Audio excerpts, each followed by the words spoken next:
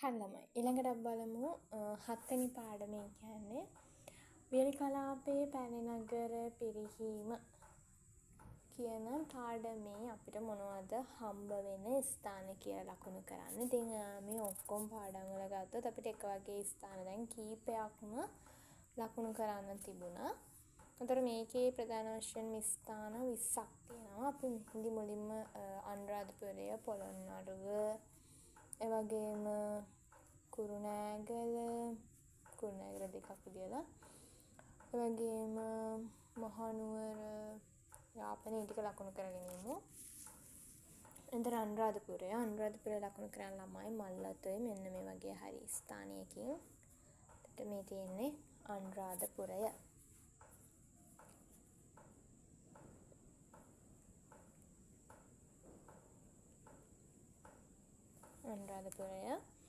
ඊට පස්සේ අපි යම් පොළොන්නරුව ලකුණු කරන්න. පොළොන්නරුව ලකුණු කරන්නේ මහවැලි ගඟ ආසන්නයේ තියෙන පරාක්‍රම සමුද්‍රයට ආසන්නව තමයි පොළොන්නරුව ලකුණු කරන්නේ.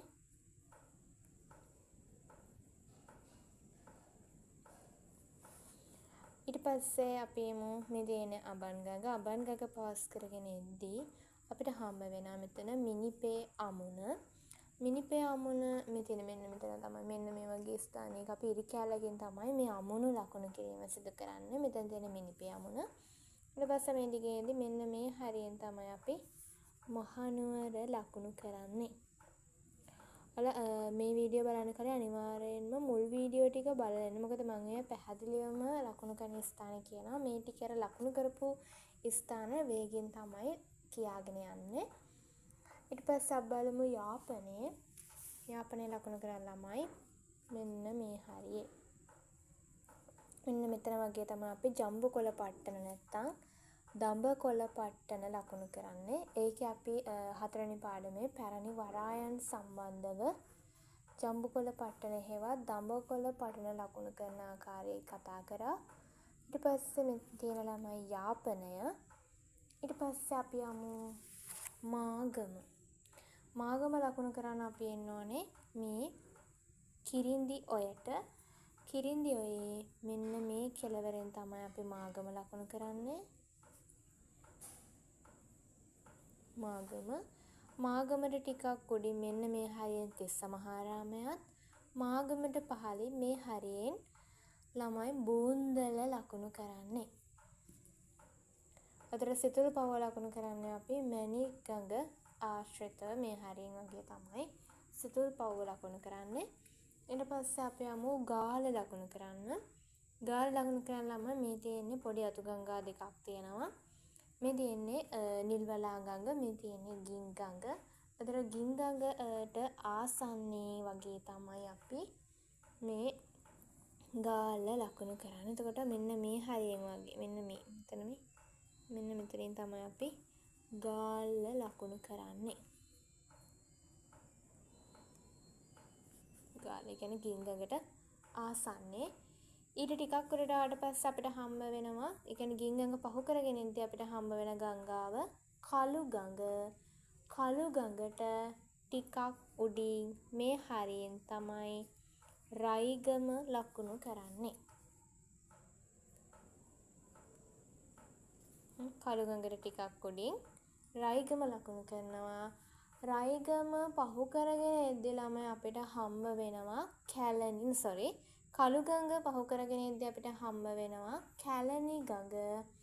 කැලණි ගඟේ මේ පැත්තෙන් කෝට්ටේ රාජධානියත් මේ පැත්තෙන් තමයි අපි කැලණිය ලකුණු කරන්නේ. අතර මේ තියෙන්නේ කෝට්ටේ. ඊට පස්සේ ළමයි මේ තියෙන්නේ කැලණිය. මේ තියෙන්නේ කෝට්ටේ. ඊට පස්සේ මේ තියෙන ළමයි කැලණිය. ඊට පස්සේ කැලණිය පහු කරගෙන එද්දී පාරට පේනවා මෙන්න මේ හරියේ. මෙන්න මේ හරියෙන් වගේ තමයි මෙන්න මෙහාට වගේ ආවට පස්සේ තමයි අපි ළමයි සතර කෝරළය ලකුණු කරන්නේ.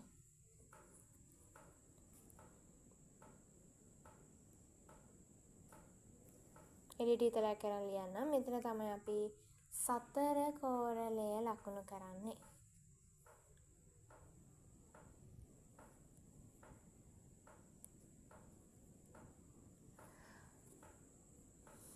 මෙන්න මේ හරිය. ඒතර මේ ටික මේ අවට ගත්තොත් මේ ඔක්කොම ළමයි සතර කෝරළයට තමයි අයිති වෙන්නේ. ඊට පස්සේ අපි යමු ඒත් එක්කම සීතාවක. සීතාවක ලකුණු කරන්නේ ළමයි මෙන්න මෙතන ටිකක් පහළින්. මෙන්න මේ හරියෙන් ගත්තොත් මෙන්න මේ වගේ හරියෙන් ගත්තොත් මේ වගේ හරියකින් තමයි අපි ප්‍රධාන වශයෙන්ම සීතාවක ලකුණු කරන්නේ. කියන්නේ සීතාවක රාජධානිය ගත්තොත් සීතාවක මේ හරියෙන් මේ ඔක්කොම අපි ලකුණු කරේ කැලණි ගඟ ආශ්‍රිතය. කියන්නේ සතර කෝරළය, කෝට්ටේ, කැලණිය, සීතාවක කියන මේ ස්ථාන හතරම කැලණි ගඟ ආශ්‍රිතව තමයි ලකුණු කරලා තියෙන්නේ. හරි. ඊට පස්සේ අපිට බලමු දඹදෙනිය. දඹදෙනිය ලකුණු කරන්නත් ළමයි මේ කැලණි ගඟ ආශ්‍රිතවම තමයි. එතකොට දඹදෙනිය ලකුණු කරන්නේ මෙන්න මේ වගේ හරියකින්.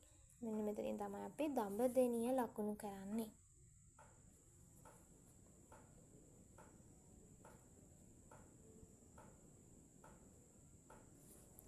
මේ හරියෙන් තමයි අපි දඹදෙනිය ලකුණු කරන්නේ.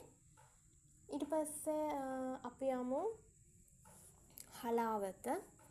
දැන් කැලණි ගඟ මේ තියෙන කැලණි ගඟ පහු කරගෙන ඉද්දි ඔයාලට හම් වෙනවා මහ ඔය. මහ ඔය පහු කරගෙන ඉද්දි හම් වෙන ළමයි දැදුරු ඔය. දැදුරුවේ මෙන්න මේ හරිය ගත්තොත් මෙන්න මේ වගේ ස්ථානයකින් තමයි අපි හලාවත ලකුණු කරන්නේ. හලාවත. මෙන්න මේ වගේ හරියෙන් තමයි අපි ප්‍රධාන වශයෙන්ම හලාවත ලකුණු කරන්නේ.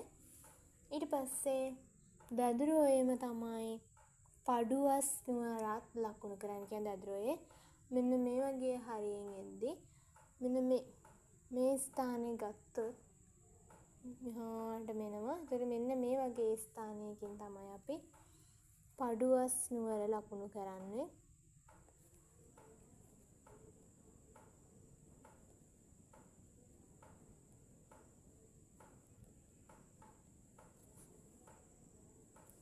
ඒතර මෙන්න මේ කියන්නේ දැදුරුවේට ආශ්‍රිතව තමයි හලාවත වගේම පඩුවස් නුවරත් ලකුණු කරන්නේ. හරි. අපි ඊට පස්සේමු කුරුණෑගල ලකුණු කරන්න. කුරුණෑගල ලකුණු කරන්න ළමයි මේ දැදුරුවේ තියෙනවා. ඒතර දැදුරුවේ මෙන්න මේ හරියේ. මෙන්න මේ වගේ ස්ථානයක් ගත්තොත් මෙන්න මේ වගේ හරියෙන් තමයි අපි කුරුණෑගල ලකුණු කරන්. තර මේ තියෙන්නේ කුරුණෑගල.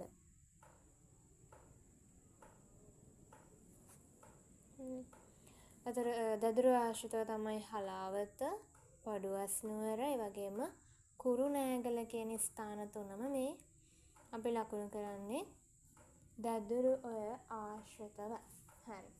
ඊට පස්සේ අපිට දැදුරුව ආශ්‍රිතව තවත් ස්ථානයක් තියෙනවා. ඒ කියන්නේ තව එක රාජධානියක් අපි දැදුරුව ආශ්‍රිතව තමයි ළමයි ලකුණු කරන්නේ. ඒ තමයි යාපහුව. යාපහුව ලකුණු කරන්න ළමයි මෙන්න මේ වගේ ස්ථානයකින් තමයි යාපහුව ලකුණු කරන්නේ.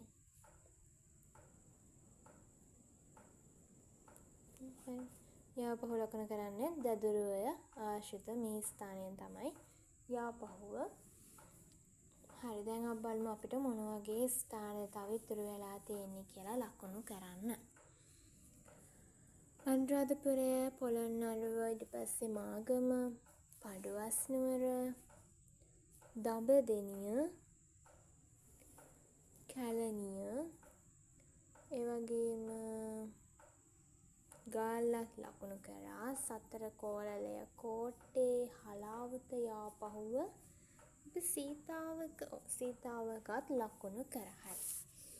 දැන් අපිට අවසාන වශයෙන් තියෙන ළමයි මහියංගනය, ඒ වගේම ගම්පොළ, රයිගම, ඒ වගේම තමයි ශ්‍රී පාදය කියන මේ ස්ථාන හතර තමයි ඉතුරු වෙලා තියෙන්නේ. හරි. දැන් අපි යමු ගම්පොළ ලකුණු කරන්න. ගම්පොළ ලකුණු කරන්න මේ මහනුවර ලකුණු කරාට ටිකක් පහළින්. ගම්පොළ මේ මහනුවර ටික ලකුණු කරාට ටිකක් පහළින් මෙන්න මේ වගේ ස්ථානයකින් තමයි අපි ගම්පොළ ලකුණු කරන්නේ. එතන මේ තියෙන්නේ ගම්පොළ.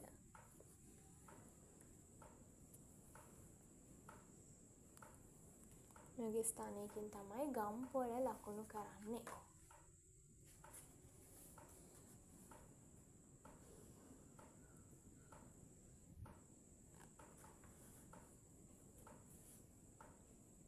ඊට පස්සේ අපි බලමු මයංගනය. මයංගනය ලකුණු කරලා ළමයි දැන් ඔයාලට මේ මහවැලි ගඟේ පහළට එද්දි මෙන්න මේ තියෙනවනේ මෙතන වැවක්. මේ තියෙන ළමයි සොරබොර වැව. මේ තියෙන්නේ සොරබොර වැව. සොරබොර වැව ලකුණු කරාට ටිකක් පහළින්. සොරබොර වැවට ටිකක් පහළින් වෙන්නට තමයි මේ මයංගනය ලකුණු කරන්නේ.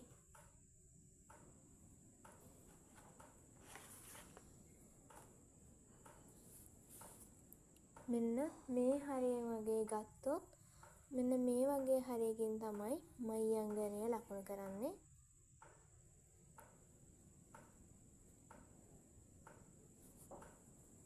සොරබොර වැවට ටිකක් පහළින්. ඒ කියන්නේ මේ තියෙන මිනිපේ අමුණ ටිකක් එහායින් වගේ වෙන්න තමයි මයංගනය ලකුණු කරන්නේ. ඊට පස්සේ අපිට අවසාන වශයෙන් තියෙන්නේ රයිගමයි යාපනයයි. රයිගමයි ශ්‍රීපාදයයි ලකුණු කරන්න. රයිගම ලකුණු කරන්න අපි රයිගම ලකුණු කරා. අවසානයේ තියෙන ශ්‍රීපාදය. ශ්‍රීපාදය ලකුණු කරන්න අපි එන්න ඕනේ ළමයි මේ මහවැලි ගඟට. මහවැලි ගඟයි මේ මහවැලි ගඟේ අවසානයක් පේනවා අතු ගංගා. ඒ අතු ගංගාවයි මේ වලවේ ගඟ දෙක අතරමැද්දේ මෙන්න මේ වගේ ස්ථානයකින් තමයි ශ්‍රීපාදය ලකුණු කරන්නේ. මේ වගේ ස්ථානයක් ගත්තත් මේ වගේ ස්ථානයකින් තමයි අපි ශ්‍රීපාදය ලකුණු කරන්නේ.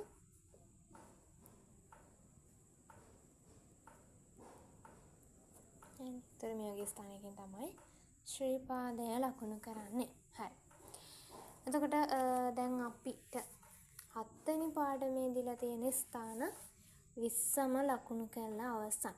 එතකොට මේ පාඩමේ දැන් 7 වෙනි පාඩම ගත්තොත් අපිට අලුත් දෙයකට ලකුණු කරන්න තිබුණේ මේ පඩුවස් නුවරයි ශ්‍රීපාදයයි සතර කෝරළයයි කෝට්ටේ යාපහුව සීතාවක කියන මේ ස්ථාන ටික තමයි ළමයි අපිට අලුතෙන් ලකුණු කරන්න තිබුණේ. අනිත් සියලුම ස්ථාන අපිට පළවෙනි පාඩමේ ඉඳලා 6 වෙනි පාඩම දක්වාම හම්බ වුණ ස්ථාන වෙනවා. ඉතින් ඒ නිසා තමයි මේ ස්ථාන ටික මම වේගෙන් ලකුණු කරන්න කියලා දුන්නේ. අනිවාර්යෙන්ම ඔයාලා මේ 7 වෙනි පාඩමේ සම්බන්ධ ස්ථාන ලකුණු කරන්න කලින් පළවෙනි පාඩමේ ඉඳලා 6 වෙනි පාඩම දක්වා මේගේ YouTube channel එකේ දාලා තියෙන ස්ථාන ලකුණු කරන ආකාරය බලලා 7 වෙනි පාඩමේ ලකුණු කරන එක බලන්න. නැත්නම් මේ වීඩියෝ එක අවසානද කියන්න එපා. වේගෙ වැඩි ලකුණු කරගෙන ගිය විදිහ කියලා. හරි. අපි ළඟට බලමු අපිට 8 වෙනි පාඩමේ කියන්නේ මහනුවර රාජධානියේ මොන වගේ ස්ථානද ලකුණු කරන්න තියෙන්නේ කියලා. මේ වීඩියෝ වල මොකක් හරි අඩුපාඩුවක් වගේ තියෙනවා නම් ඔයාලා අනිවාර්යෙන්ම යටින් කමෙන්ට් එකක් දාන්න. ඒ වගේම subscribe කරන්න, like කරන්න.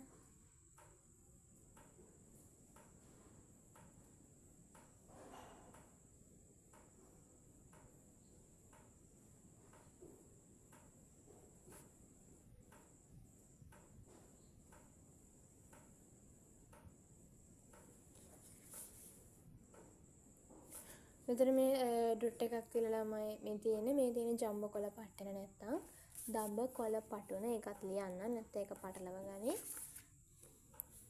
ජම්බෝ කොළ පට්ටන කියලා විතරක් නේ කමෙන්ට් එක ලියන්නකෝ.